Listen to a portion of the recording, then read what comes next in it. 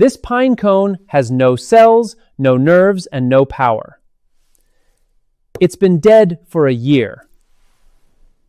It still opens and closes every day. Welcome back to Weinstein. Wet, it closes. Dry, it opens. No sensor, no motor, just 2 layers of fiber that swell by different amounts. That's the whole mechanism. It has no brain, no nerves, not a single muscle. It isn't alive in any usual sense. It was pulled off a tree and dried out long ago, and yet it decides open or close. It does this more precisely than many clever devices with motors and sensors. Meet the ordinary pine cone. Leave a dry cone out in the rain or somewhere damp, and its scales slowly clamp shut. Bring it somewhere warm and dry, and they fan back open on their own. No batteries, no commands. This seemingly dead piece of wood shifts in response to the air around it. How? And why bother? It's all about the seeds hidden under the scales. The cone needs to release them at just the right moment. On a dry, windy day, the scales open and light. Winged seeds scatter far on the breeze.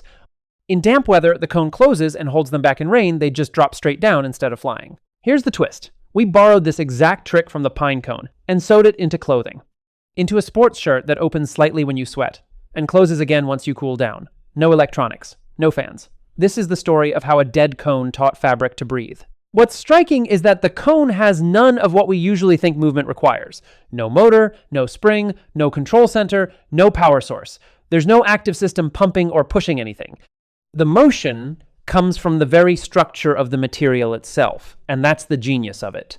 The secret is hidden inside a single scale of the cone. From the outside, it looks like one solid woody sliver, but it's actually not one uniform material. It's a layered stack. And it's that layering that lets the scale bend all by itself. Let's peel it apart. Each scale is made of 2 layers stacked together, built from slightly different material with fibers laid out in different directions. From the outside, it just looks like a top and bottom of one sliver. But these 2 layers respond to moisture completely differently, and that difference drives the whole mechanism. We need one key word, hygroscopicity, a material's ability to absorb moisture from the air and release it again. Wood, paper, fabric, they're all a little hygroscopic, swelling slightly in damp air and shrinking as they dry. The pine cone is built entirely on this property. In humid air, the scale's material absorbs water and swells slightly larger. In dry air, the water leaves and it shrinks back. On its own, that's a tiny invisible shift. But make 2 different layers swell by different amounts, and you get a force strong enough to bend the whole scale. Here's the key idea of this whole episode. The scale's 2 layers swell differently in moisture, one more, one less. The one that swells more wants to stretch longer, but it's glued to the layer that lags behind.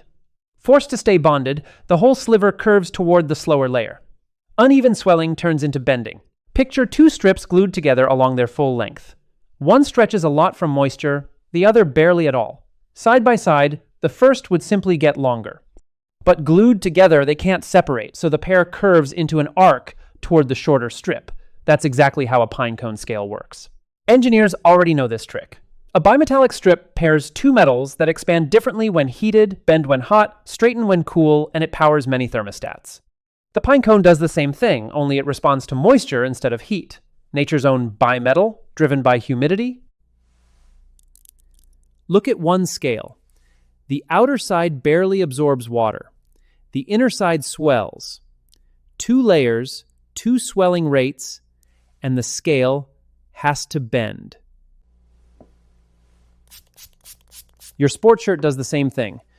Dry off, and it closes again. Put it together. In dry air, both layers lose moisture and shrink, each by a different amount. That difference makes the scale curl away from the cone's center. Every scale does this at once, and the whole cone opens wide. Dry outside means an open cone ready to release seeds on the wind. In humid air, it's the reverse. The layers absorb water and swell, curving the scale the other way, back against the cone. The scales press shut, and the cone closes tight. Damp outside means a sealed cone, seeds protected inside. No brain, no commands, just moisture and clever layered geometry. This phenomenon has a name. Hygroscopic movement motion triggered purely by humidity, not by a muscle pulling or a motor pushing, but by a change in moisture in the air.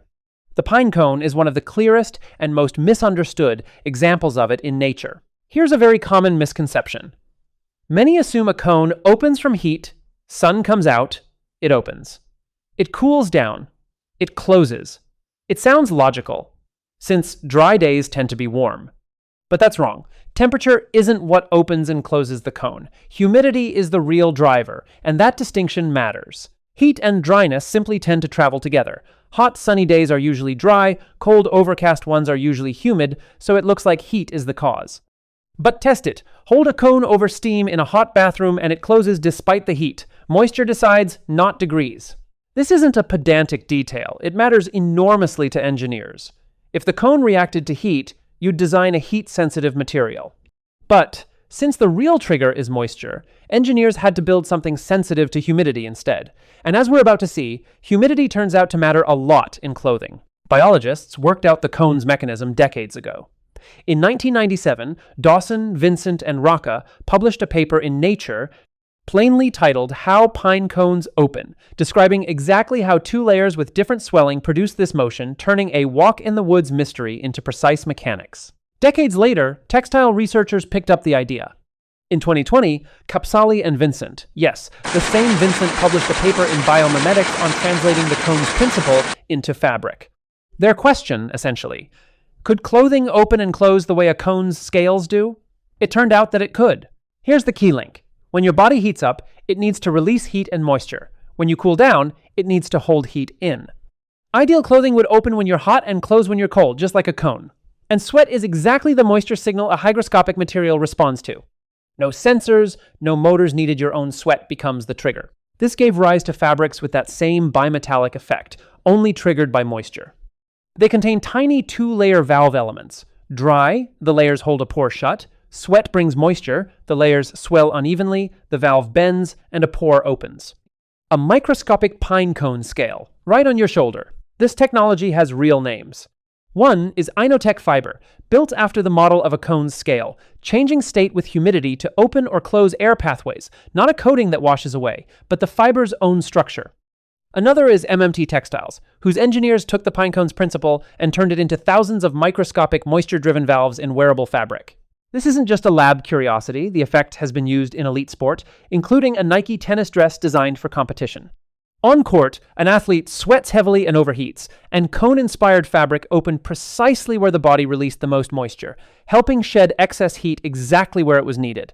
No processor, no program, no sensors, just physics responding to sweat the way a cone responds to damp air. That's the real advantage. Nothing to charge, nothing to wear out, nothing afraid of water, because the reaction to moisture is built into the fiber itself. And the deeper lesson goes further than one shirt. The same hygroscopic bilayer principle now shows up in self-venting building panels, humidity-regulating packaging, and smart awnings anywhere movement from moisture beats a motor. Sometimes inventing something smart doesn't mean adding a brain and a battery. It means folding the material the way nature already folded, a simple, dry pine cone. So next time you pick one up in the woods, don't toss it aside. In your hand is a tiny masterpiece of engineering, without a single screw, and the shirt on your back may already carry its secret. We built vents with zips and motors. The pine cone needed neither. It just glued together two materials that disagree about water.